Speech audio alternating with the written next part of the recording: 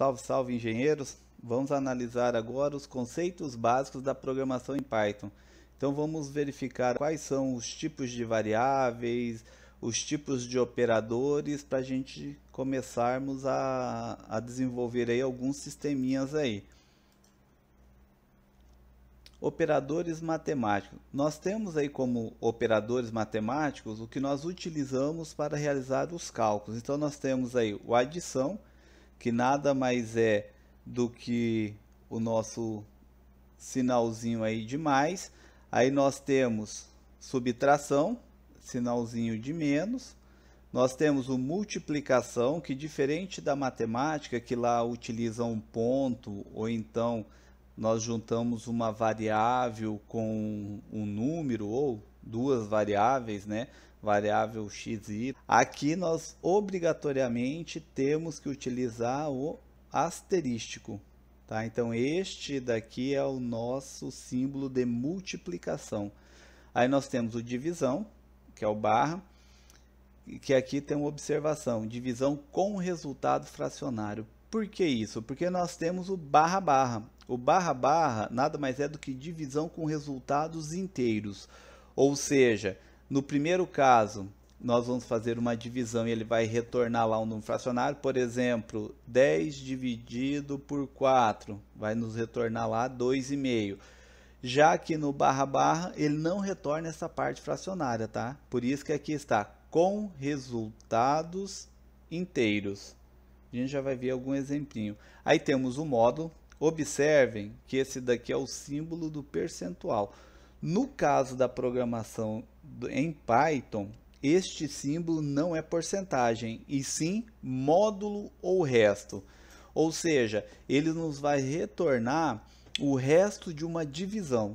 Então realizamos uma divisão e ele simplesmente mostra para a gente o que sobrou daquela divisão. Exemplo, digamos que eu coloquei lá 10 módulo 4. Então 10 módulo 4 vai dar um retorno para nós de 2. Por quê? Qual número vezes 4 é o mais perto de 10? Então nós temos 2 vezes 4, 8. 3 vezes 4, 12. Ou seja, passou. Então ele vai pegar 2 vezes 4, que deu 8. Quantos que faltou de 8 para 10? Faltou 2. Isso é o que ele chama de resto.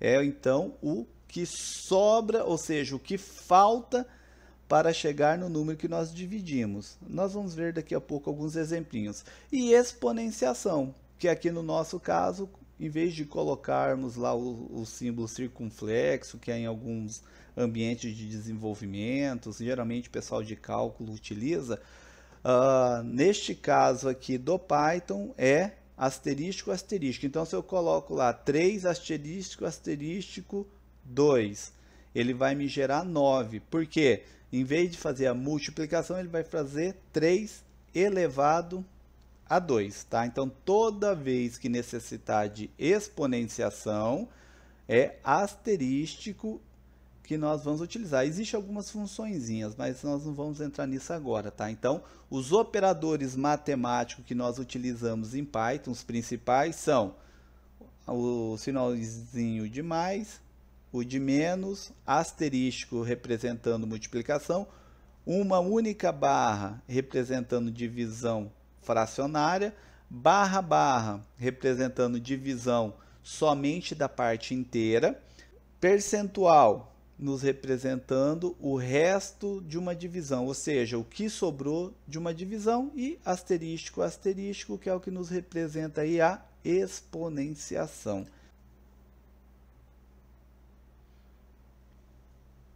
Aí nós temos aí operadores matemáticos, então fazendo a fórmula convencional. O que é fórmula convencional? Da forma como nós aprendemos lá na escola e a forma que usualmente nós escrevemos.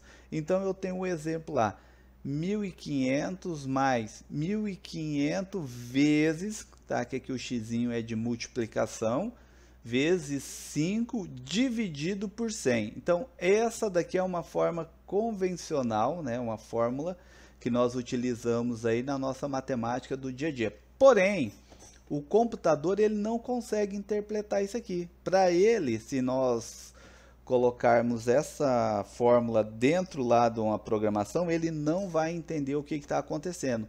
Então, nós temos que usar a técnica de linearização de fórmula, que vocês aprenderam lá em cálculo, e nós aprendemos também lá no segundo grau, que é transformar isso daqui, que no nosso exemplo está em duas linhas, numa única linha. Por isso que se chama linearização.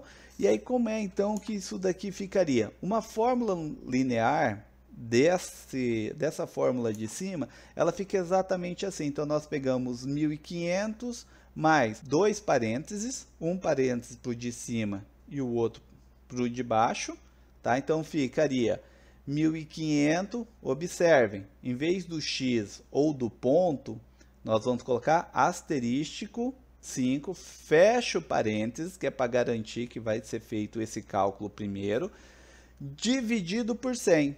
O que seria o dividido por 100? Aí eu fecho o parênteses. Então, agora ele vai pegar este resultado aqui, que daria no nosso exemplo aqui, daria 7.500, vai dividir por 100 e aí vai acrescentar esse valor aqui em 1.500. Então, isso daqui é o que nós chamamos de fórmula linear ou linearização.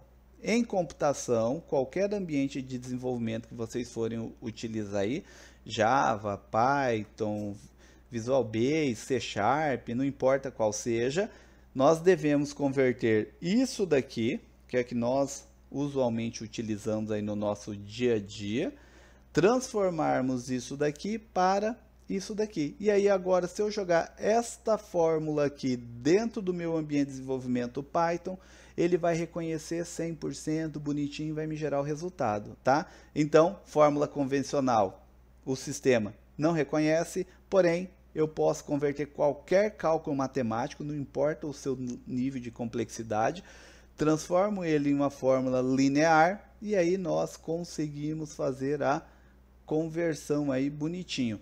Aí nós temos a precedência. O que é a precedência?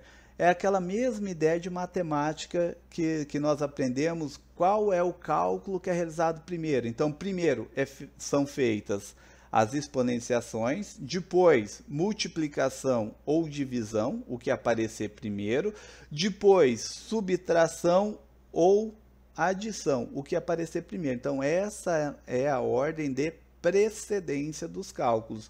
Tomem esse pequeno cuidado na hora de gerar as nossas fórmulas aí, para não ocorrer esse erro. Neste exemplo aqui, ó, se eu retirar esse parênteses aqui, vai funcionar igual. Por quê? Porque primeiro ele vai multiplicar 1.500 por 5 para depois dividir por 100. Mas por que eu coloquei aqui então entre parênteses? Eu coloquei para facilitar a nossa visualização. Errado? Não. Tá? Então, com ou sem este parênteses aqui, vai funcionar. Este daqui eu tenho que ter, tá? Por que eu tenho que ter? Para ficar mais bonitinho, mais organizado aí. Então, nós vamos agora analisar aí a diferença então entre uma barra e duas barras, ou seja, divisão fracionária ou divisão inteira. Se nós temos aí 10 dividido por 4, ele vai nos resultar 2,5. Então, toda vez que eu quero o cálculo de divisão básico que nós conhecemos aí, então eu vou colocar o barra. Então, se eu coloco 10 barra 4, ele vai me retornar 2,5. Se eu coloco aqui, por exemplo, 12 barra 3, ele vai me retornar 4. Ou seja, ele vai gerar o cálculo bonitinho. Tanto fracionário, como ele vai me retornar lá um número sem fração. Lembrando que ele vai considerar. Neste caso aqui, ó, se nós colocarmos 10 barra 4, ele resulta em 2. Por quê? Como eu mencionei, este cara aqui, ele faz a parte inteira. Ou seja, ele vai excluir toda e qualquer parte fracionária que tiver.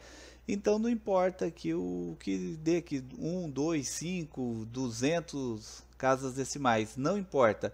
Ele simplesmente vai pegar e vai ignorar e vai nos mostrar a parte inteira desse cálculo. Qualquer número dividido por outro, se tiver parte fracionária, não será mostrado, somente a parte inteira. Isso daqui é quando, por exemplo, eu tenho um estoque X, lá de uma determinada matéria-prima, e eu quero saber qual a quantidade máxima que eu consigo produzir de um determinado composto. Então não me é interessante retornar, você consegue produzir 134 unidades e 75. Ué, mas o que importa esse 75? Então ele simplesmente, eu consigo fazer então lá 134 unidades.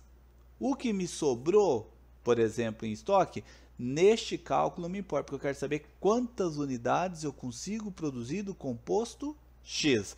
Neste caso, no meu sisteminha, eu vou utilizar barra barra em vez de barra. Toda vez, tendo a necessidade de se utilizar a parte inteira, barra barra, em vez de eu utilizar barra.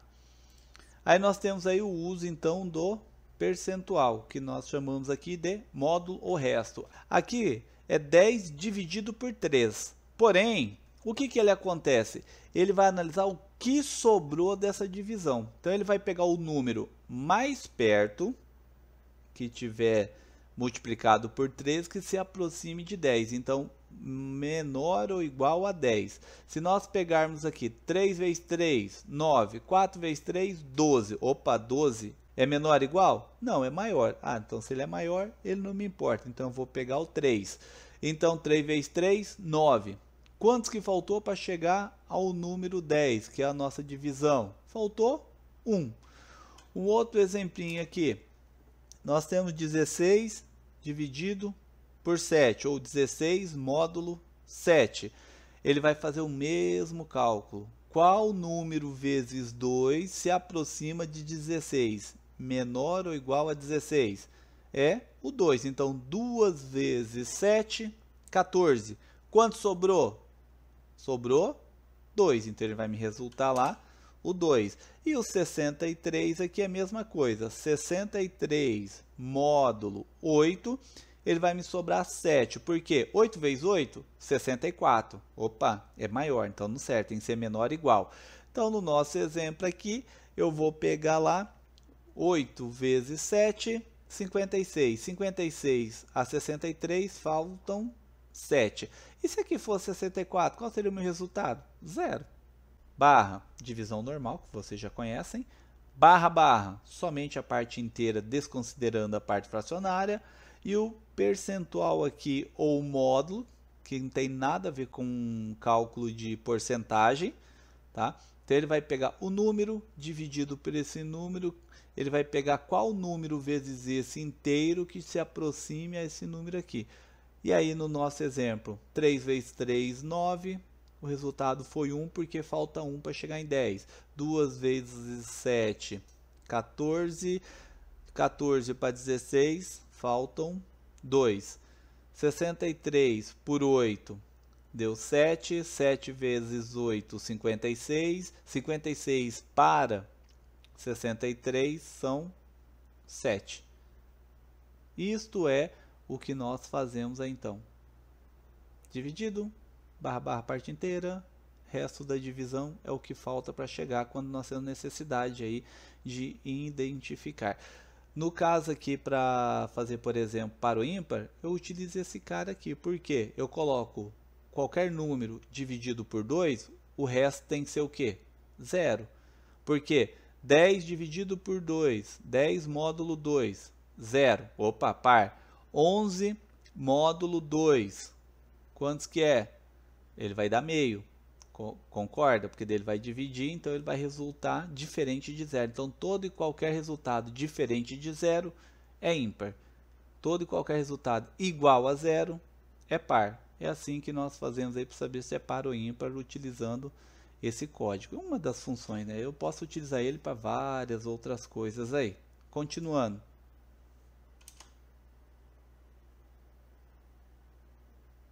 Então, nós temos aqui agora os nossos operadores relacionais. O que é um operador relacional?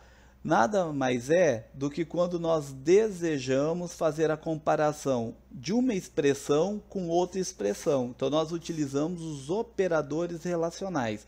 Neste caso aqui, quando eu quero falar, por exemplo, que x é igual a y, que o valor de x é o mesmo que y, por exemplo. Na matemática, nós utilizamos o igual. Já no Python, quando eu desejo falar que uma coisa é igual a outra coisa, eu utilizo igual, igual. Porque se eu utilizar igual, esse daqui no Python ele é um símbolo de atribuição, que nós vamos ver daqui a pouco. Neste caso, quando eu quero falar que uma coisa é exatamente igual a outra coisa, ou quero fazer essa análise, comparação para saber se são ou não, eu utilizo igual, igual. No nosso caso aqui, maior que é o símbolo normal, que é o mesmo da matemática, menor que é exatamente igual. Observem que não tem diferença nenhuma. Já aqui no diferente, olhem como que é bem diferente aqui, ó. Na matemática, nós utilizamos o que hoje nós chamamos de cerquilha, né? Que é o igual cortado no meio. Já no Python, quando eu quero verificar se x é diferente de y, como é que eu faço? Coloco exclamação igual. Então, este daqui é o símbolo de diferente dentro aqui, quando eu quero analisar uma expressão, se ela é diferente da outra. Maior igual, na matemática, é dessa forma. Em Python, nós colocamos o símbolo de maior e o símbolo de igual. E o menor é exatamente da mesma forma, só trocando o símbolo aqui. Então, é menor igual e não utilizamos, então, dessa forma. Então, na matemática, utilizamos assim. E no Python, quando formos realizar lá uma análise de uma expressão com outra expressão, nós vamos utilizar, então, este perfil aqui. Que isso aqui nós vamos utilizar bastante quando nós entrarmos na parte que vai ser lá na segunda prova, que é a parte de condicionais, que daí eu quero analisar se tal coisa é do tamanho de tal coisa, ou se tal coisa é diferente de tal coisa, valores, ou equipamentos, ou movimentos. Temos que saber a parte teórica disso daqui, para estarmos aí utilizando aí. Continuando a ideia dos operadores, nós temos agora os lógicos. O que é o lógico? O lógico é quando eu quero comparar uma expressão com uma outra expressão ou várias outras expressões, que eu posso ter duas ou mais expressões, e eu quero analisar se ela é verdadeira ou falso. Que aqui o único retorno que ela me dá é verdadeiro ou falso. Ela não me dá uma terceira resposta. Só existe duas possíveis no operador lógico. Ou é verdadeiro ou é falso. No caso aqui do Python, nós utilizamos três expressões. O not, que significa não, que é quando eu quero inverter o resultado de uma expressão. Então, se ela é verdadeira, eu transformo ela em falsa, e se ela é falsa, eu transformo ela em verdadeiro. O and, que no caso é para me falar o e, que eu quero comparar isso aqui e isto aqui. Eu quero verificar se ambas são verdadeiras ou não. O or, que no nosso caso é o ou, que é quando eu quero, por exemplo, eu tenho lá 3, 4, 5, N expressões, e eu quero saber que dessas expressões, se pelo menos uma delas forem verdadeiro, faça tal coisa. Agora, se nenhuma delas for verdadeiro, faça tal coisa. Então, observe que aqui nós também vamos estar usando as condicionais, e nós vamos começar a utilizar a programação dela a partir da semana que vem. Nós vamos começar a estar trabalhando basicamente com os operadores relacionais e lógicos. Eles vão ser fundamentais aí na nossa segunda parte aí da programação. Mas o que nós temos que saber no momento agora é not é para inverter, verdadeiro transformar em falso e falso transformar em verdadeiro. O and é para verificar se todas as expressões são verdadeiras. O ou é porque de todas as expressões eu quero que ou essa, ou essa, ou essa, ou essa seja verdadeira. A gente vai ver isso com mais calma daqui a pouco. Tabela verdade. Aqui entram os operadores lógicos para nós entendermos. O que é tabela verdade? Isso aqui nós estudamos geralmente sexta, sétima série. Nós vemos isso daqui lá na escola, lá nas disciplinas de matemática e física, se eu não estou enganado.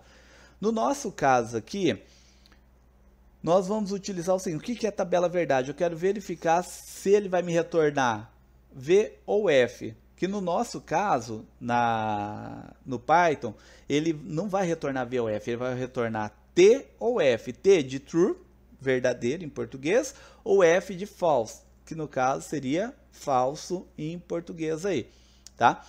Então, eu obviamente coloquei em português aqui para nós facilitarmos aí o entendimento, mas aqui no lugar do V seria um T, e isso internamente lá no Python. Então, se na minha expressão A for verdadeira, só para facilitar, o que é essa expressão A? Qualquer tipo de relacionamento lá entre expressões. Por exemplo, x é maior do que 7, ou então, sem ser variáveis, vamos trabalhar com constante. 8 é menor do que 4, então ele vai me retornar V ou F. Nesse exemplo, voltaria um F. Tá? Um verdadeiro. 10 é maior do que 5, verdadeiro. Então, expressão é isso. É eu analisar uma coisa com outra coisa e o resultado lá vai retornar V ou F. Aí, então, eu tenho uma expressão, não importa qual seja, pode ser 10 maior do que 5, verdadeiro. Expressão B, 5 é maior do que 2, verdadeiro. Observem que aqui eu tenho um operador lógico AND. O AND, verdadeiro. Por que ele faz isso? Porque eu necessito somente de uma. Observe que a única expressão que foi falsa foi a última. Por quê? Primeira expressão, falsa. Segunda expressão, falsa. Então, não é possível executar aquela instrução. Aí, no nosso caso, ele retornou falsa. Isso aqui é muito fácil guardar mentalmente. O E, todos verdadeiro. O OU, pelo menos um verdadeiro. Tá? Ou então, para facilitar, o E, tudo verdadeiro, para ser verdadeiro. O OU, tudo falso, para ser falso. Um é o inverso do outro. Muito tranquilo, muito fácil. Isso daí, a gente vai estudar isso daí muito. Vamos analisar agora os conceitos básicos de variáveis. Nós já vimos vários vídeos lá de algoritmo falando sobre variáveis. Agora nós vamos aprofundar um pouquinho mais aqueles conceitos, né, que foi bem maçante lá. Nós vamos resumir ele aqui de uma forma que fique muito fácil de vocês entenderem e saber diferenciar. Nomes de variáveis. Em Python nós temos algumas regrinhas básicas para se definir o nome de uma variável. Na matemática, uma variável pode ser, por exemplo, x, y, h, ômega, beta, ou seja, um único símbolo ou uma única letra. Já na programação, e não só em Python, mas em qualquer ambiente de desenvolvimento aí, nós podemos definir um nome de variável com mais de um caractere. Se eu quiser colocar um caractere, chamar só de x, vai dar certo? Vai. O mínimo é 1. O máximo, que nem em alguns ambientes, a maioria deles aceitam até 255 caracteres. Então isso aí varia, tem uns que é mais, tem outros que é menos. Mas geralmente nós não vamos usar o nome variável tão grande. Que nem nesse caso aqui, eu posso pegar lá, chamar o nome de variável lá como nome cliente. Ou então outro nome de variável lá, número CPF. Ou seja, eu usei vários caracteres para definir aí uma única variável. No caso em Python, ele tem algumas regrinhas. A primeira e mais importante, tanto que eu coloquei maiúsculo aqui, obrigatoriamente um nome de variável deve se iniciar com uma letra. Eu não posso começar com nenhum outro caractere diferente de letra. Ou seja, de A a Z. Ou melhor, de A a W lá bonitinho. Eu tenho que colocar qualquer letra como sendo o nome inicial lá, o caractere inicial de um nome de variável. Segunda regrinha, dali para frente eu posso usar vários números e sublinhado, que nós chamamos de sublinha. Então eu posso utilizar lá, por exemplo, CPF 2. É válido? É válido, porque começou com C, e lá no meio eu tive um número, que foi o 2, mas não importa, porque conforme essa regra, após o início, pode conter números ou sublinha, que é aquele sublinhado lá, bonitinho no teclado lá.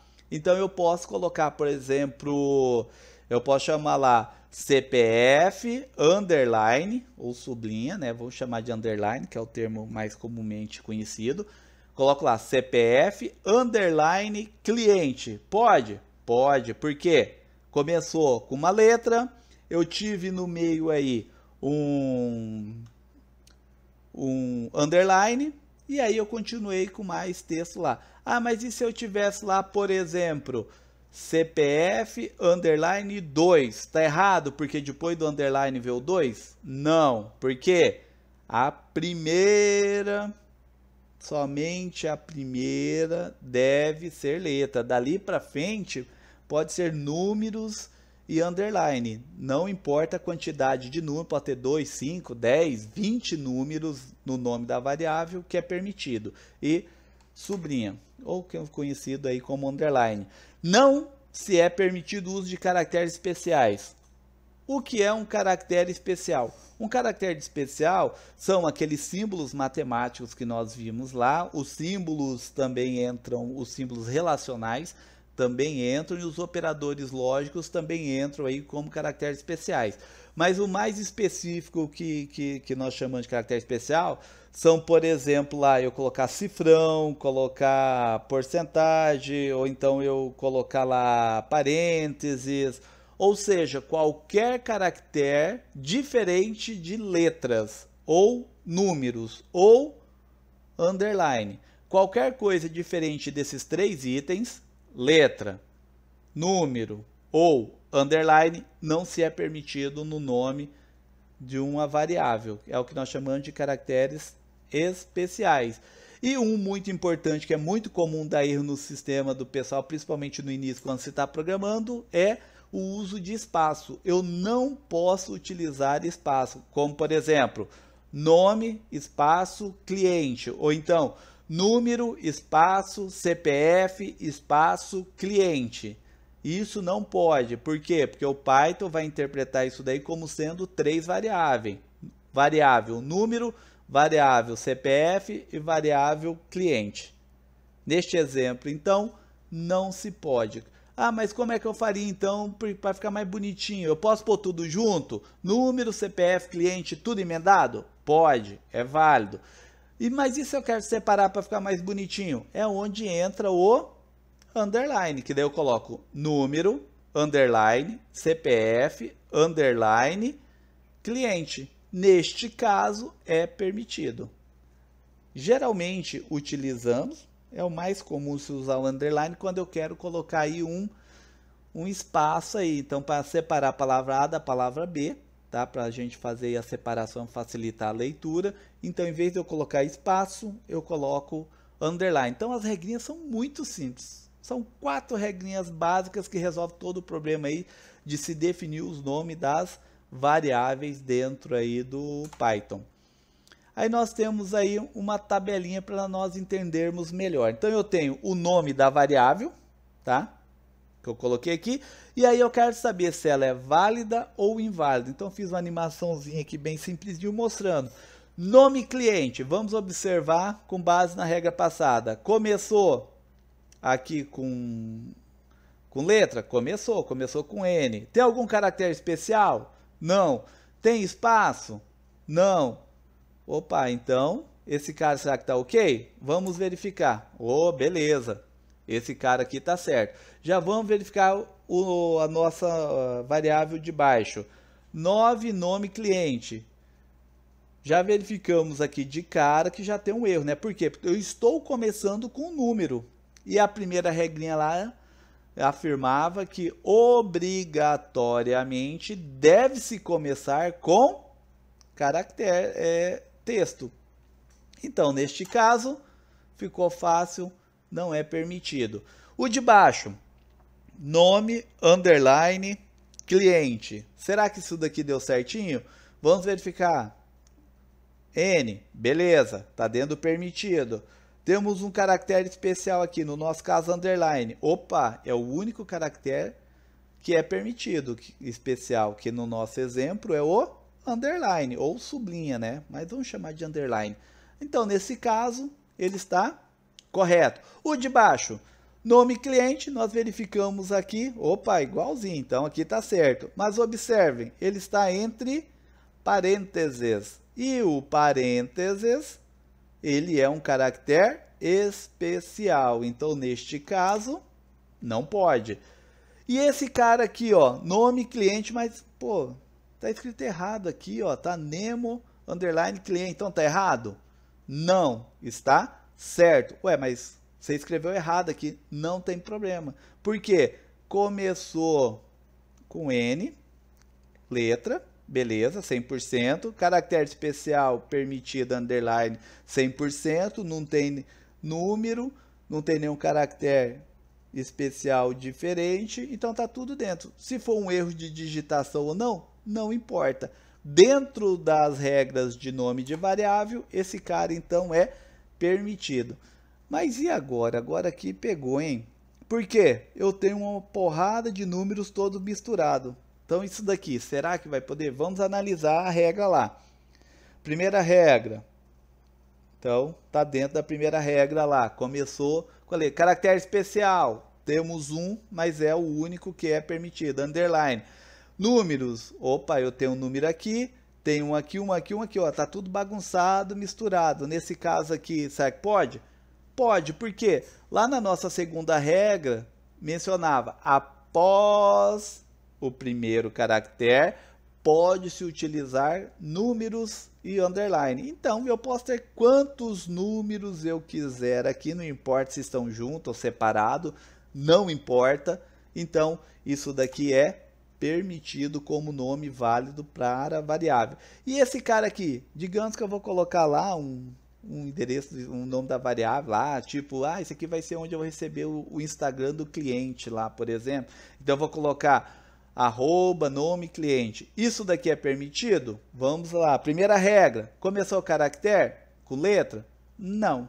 Começou com um caractere especial, porque o arroba é especial. E como nós já sabemos, então já fugiu da primeira regra, não é letra, e já também fugiu lá da nossa terceira regra, se não estou enganado, que era o não uso de caractere especial. Isso aqui é um caractere especial. Então definimos que esse cara aqui não é permitido. E o de baixo? O de baixo é a mesma coisa. Por aqui nós já definimos que não pode. Porém aqui eu tenho um segundo erro. Eu tenho dois erros aqui. Eu tenho caractere especial e espaço, que não é permitido. Então esse cara aqui também não é válido. E o último aqui, o número. Começou. Opa, beleza, tá certo. Caractere especial. Será que eu tenho caractere especial aqui? Tenho, porque esse daqui é o hífen.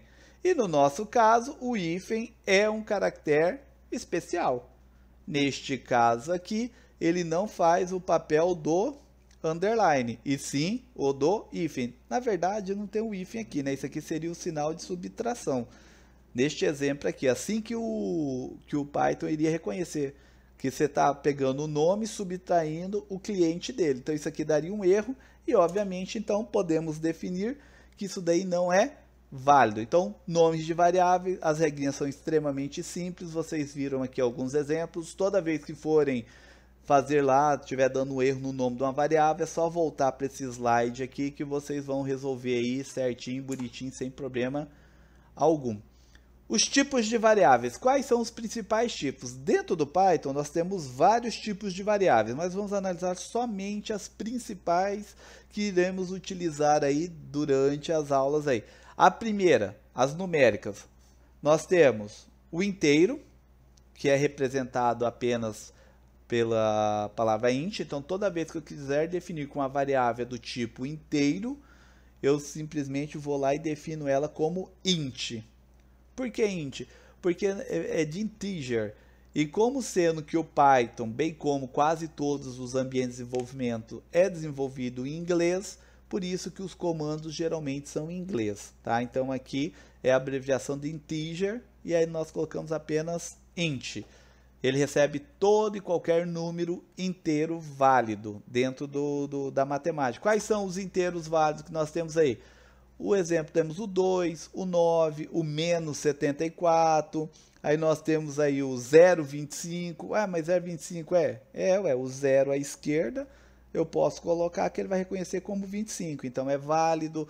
O 1254 é um outro exemplo. Então, todo e qualquer número inteiro eu defino como int, de integer. Aí nós temos o segundo, muito importante, nós utilizamos muito na programação, que é o ponto flutuante, que nós chamamos de float. O que seria ele? Ele é quando nós temos a necessidade de trabalhar com casas decimais. Na computação nós chamamos de ponto flutuante. Por quê? Porque ele flutua nas casas decimais. Quais são os exemplos que nós temos aí? Então eu tenho 3.7, observe um detalhe aqui na programação no Python. Se eu colocar 3,7 vai dar erro. Por quê? Porque como o ambiente é em inglês e na língua inglesa a parte fracionária é através do ponto, então obrigatoriamente eu tenho que colocar 3.7. Se eu colocar 3,7 pode dar erro, geralmente vai dar erro, tá? A não ser que você tiver alguma ferramentinha ali que é chamado de Flameworks, aí ele vai pegar, vai fazer essa conversão para ti, tá? Então nós temos 12.89, 0.23587, nós temos menos 1254.879. O ponto flutuante aqui eu posso ter várias casas decimais que ele vai reconhecer normalmente, aí nós vamos estar vendo isso daí durante as aulas. Aí nós temos, quando formos trabalhar com texto, nós vamos estar utilizando as strings, que nós definimos como str, que é a abreviação, é assim que se utiliza para definir que aquela variável é do tipo string. E nós temos aí, por último, as variáveis do tipo lógico, que é chamado de booleanas, que é representada lá pela sigla bool, de boolean, tá? Ele só vai retornar dois estados possíveis, true ou false. Então isso daqui eu vou usar o booleano geralmente quando eu quero saber, por exemplo, o status de uma máquina. Eu quero saber se a máquina está ligada ou desligada. Então eu utilizo o bool e pergunto lá, a máquina está ligada? Ela vai me retornar true ou false, 0 ou 1, tá? Então ela só tem esses dois estados aí, T ou F, e com base no retorno eu vou lá e tomo as minhas decisões dentro do meu sistema. Estes são aí os tipos de variáveis e as regrinhas para se definir os nomes de variáveis. No próximo vídeo agora, nós vamos estar trabalhando basicamente com programação. Então nós vamos dar uma analisada aí como funcionam os comandos básicos dentro já do ambiente de Python, que nós vamos utilizar o PyCharm. E aí nós vamos jogar tudo isso daqui lá dentro e vamos também trabalhar com string. Por quê? Porque o string eu posso fracionar ela em partes e trabalhar apenas com partes dela, tal. Nós vamos ver isso aí com mais calma, bem legalzinho. Então no próximo vídeo nós vamos direto para o ambiente já de desenvolvimento, que no nosso caso nós estamos utilizando o PyCharm, e já vamos fazer o nosso primeiro programinha. Então, terminando por aí, ficamos por aí, e espero que todos tenham entendido. Toda e qualquer dúvida, envie lá no grupo do WhatsApp, que eu vou estar lá a qualquer momento para responder para vocês. Fiquem com Deus.